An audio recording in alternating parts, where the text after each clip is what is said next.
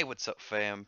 Power levels 100% deemed irrelevant in Seven Deadly Sins. Just putting it out there again. What is even the point of having like named power levels if you're not going to keep them consistent? I get kind of like fan made ones or speculation of being like, okay, this character's done these things. This is how strong they are. They should be stronger than XX characters, weaker than XX characters. But when you give them a specific power level by number, why would what's the point of even of having it if you're just not going to have any form of consistency with them when you have a set number that you yourself made? But I don't know. Seven Deadly Sins seems to somehow do its way. Kind of like the fight starts out, Escanor goes for a slash, and Chandler blocks it. Chandler gets mad that someone would hit the cocoon that Meliodas was in. Merlin goes in, double clicks both of them, and the two demons come around. They revealed power levels. Cusac's 168,000 and Chandler's 173,000. Again, I feel like these power levels have no consistency, and they're just numbers thrown all about there. It's also funny because this probably means that King would have no problem just like trashing both of them at once. Like, I doubt anybody here would be a problem for King if 200 plus thousand Maelstrom was trash to him, you know. But back to it, for some reason, again, that Merlin's power level has never increased. We've never gotten a higher power level number. Last time I was checked, it was like what, like 4,300.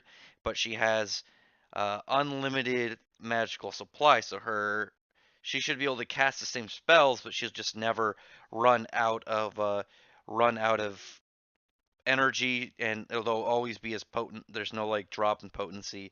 If she's like, okay, I can blow up.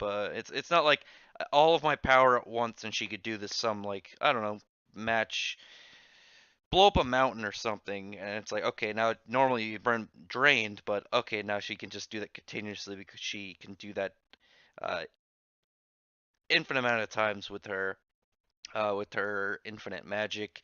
It just would be her stamina that I'm guessing she would have to kind of worry about, and obviously stuff like magical canceling and shit.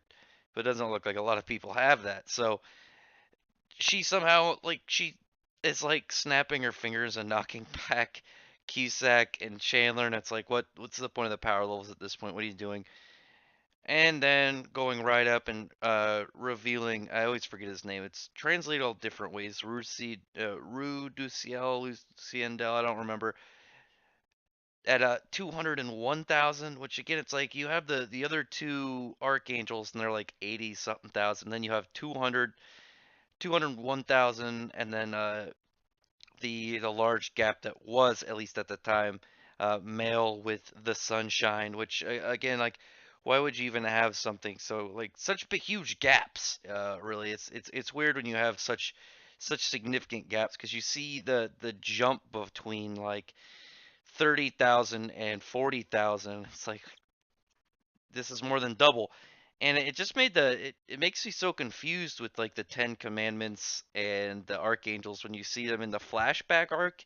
You see them fighting, and it's like, well, how is 40K Gallon somehow fighting like the well, like 70, 80,000 power level Archangels? There's no consistencies, but we get a little clash up between Zolderus and again I keep forgetting his name. Rudu Ciel. They're like, slashing attacks, throwing out. Here's the dude talking about his flash grace. They're like, okay, let's do this. Uses his one of his abilities, and they kind of get brag, and which proceeds to Chandler and Cusack jumping back because Zeldris gets in some stance. The stance actually looks kind of cool, but he's like, I'm gonna show you my true original power. And I gotta say, I don't like what Nakaba's doing. I've said it before. I don't like that he's like, I'm gonna do all these other powers. I'm gonna give him and Meliodas and such like powers that they've had this whole time, but they just didn't use for whatever reason. Even though his power level, like even going up, it was like what, like 61,000, like not long ago, with no training. He's just been standing there, and now it's enough to make like guys in the hundred and like 70,000s like go, oh shit, we better get out of the way. Like it's a little bit goofy, and I wish that he would stop making new powers when characters already exist that can access things. They already have Endura. We haven't seen any of these guys drop their Endura. Like we went through all of these versions of these characters of the Ten Commandments, and then they kind of backtrack, make it to like why do they just use Endura? It's like okay, all of them you have to at least be over 60,000. But like these guys, like why isn't Meliodas using it? Why ain't none of these guys using it? And it's like, oh, Meliodas also had a. Remember when he lost to the Demon King Supreme deity? Well, he also had assault mode. Okay, that was not enough. Okay, then maybe that's why he didn't want to use it for whatever reason. And it's like, oh, he could have used his original power, and he would have probably trashed the Demon King since he just like casually rips off his arm, or done that to the Supreme Goddess. I feel like if your thing is you have to be so powerful to break the curse, and all you would have had to do is use your original power you've had for thousands of years, it probably should have been really easy for you. But I don't know. I guess I don't know, plot holes maybe. I don't know. We'll see how it goes. We'll see how it goes.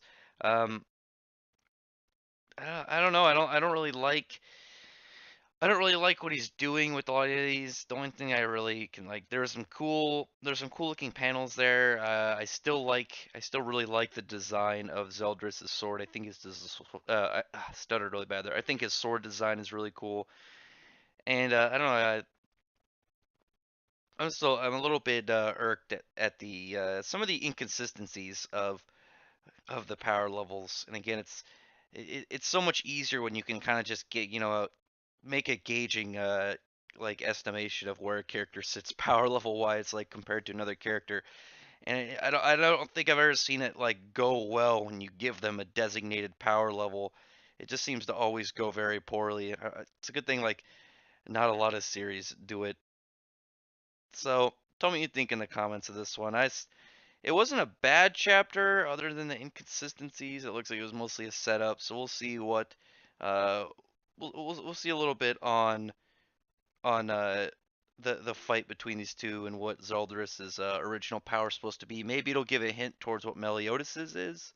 Meliodasi. But yeah, if you like my content, you like this video, give it a thumbs up, subscribe to the channel. If you are already, thank you very much. I do mostly manga stuff, anime discussions, whatever within the anime manga kind of fandom. But otherwise, thank you very much for listening. Bye.